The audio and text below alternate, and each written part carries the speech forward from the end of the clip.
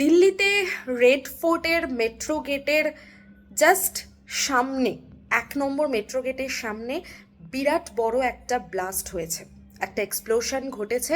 তাতে সামনাসামনি যত গাড়ি, বাইক ইত্যাদি ছিল সেগুলো ক্ষতিগ্রস্ত হয়েছে।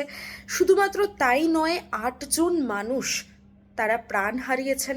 24 জনেরও ওপর, এগুলো তো অফিসিয়ালি রিপোর্টেড, তাও আনঅফিসিয়ালি হয়তো আরও বেশি হতে পারে সংখ্যাটা। 24 জন এখনো পর্যন্ত আহতের সংখ্যা পাওয়া যাচ্ছে, নিউজে যা আপডেট আসছে। তো এত বড় একটা এক্সপ্লোশন, তাও আবার রাজপথে, রেড ফোর্টের এত কাছে, কি করে হতে পারে সেই নিয়ে প্রচুর গবেষণা এখন চলছে। প্রচুর গবেষণা সংস্থা এই নিয়ে এখন কাজ করছে। ন্যাশনাল ইনভেস্টিগেশন এজেন্সি এটা পার্সোনালি হাতে তুলে নিয়েছে যে এত বড় এক্সপ্লোশন রেড ফোর্টের সামনে কেমন করে হতে পারে। এখন স্পটে অমিত শাহ রয়েছেন, আমাদের হোম মিনিস্ট্রি, এবং তিনিও অত্যন্ত শকড যে এটা কি করে পসিবল। তো যাই হোক, এত বড় একটা দুর্ঘটনা।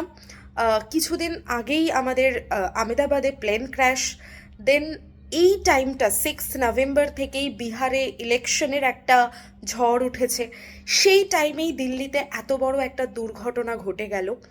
যারা প্রাণ হারিয়েছেন তাদের পরিবারের সকলের জন্য রয়েছে সমবেদনা। আমরা সত্যি শোকাহত, মর্মাহত যে এই ধরনের দুর্ভাগ্যজনক ঘটনা আমাদের রাজধানীতে ঘটেছে।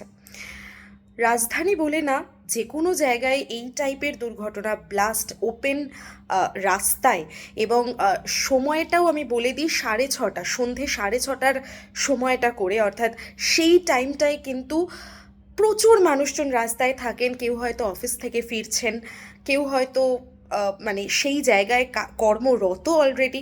এই টাইমটা, এত বিজি একটা টাইমে এত বড় একটা এক্সপ্লোশন কিভাবে ঘটতে পারে সেটা নিয়েই এখন তদন্ত চলছে।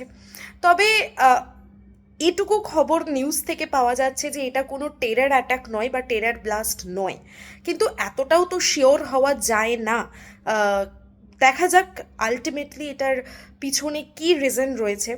ন্যাশনাল ইনভেস্টিগেশন এজেন্সি সহ আরও অনেক গোয়েন্দা সংস্থা এর এখন ইনভেস্টিগেট করছে। তো লেটস সি যে কি হতে পারে। তো এই নিউজটাই তোমাদেরকে দেওয়ার ছিল, এবং অবশ্যই তোমরাও খুব সাবধানে থেকো আর নিউজ নিয়ে একটু আপডেটেড থেকো। চলো, দেখা হচ্ছে তোমাদের সাথে ক্লাসে, রেগুলার ক্লাসে। চলো, টাটা।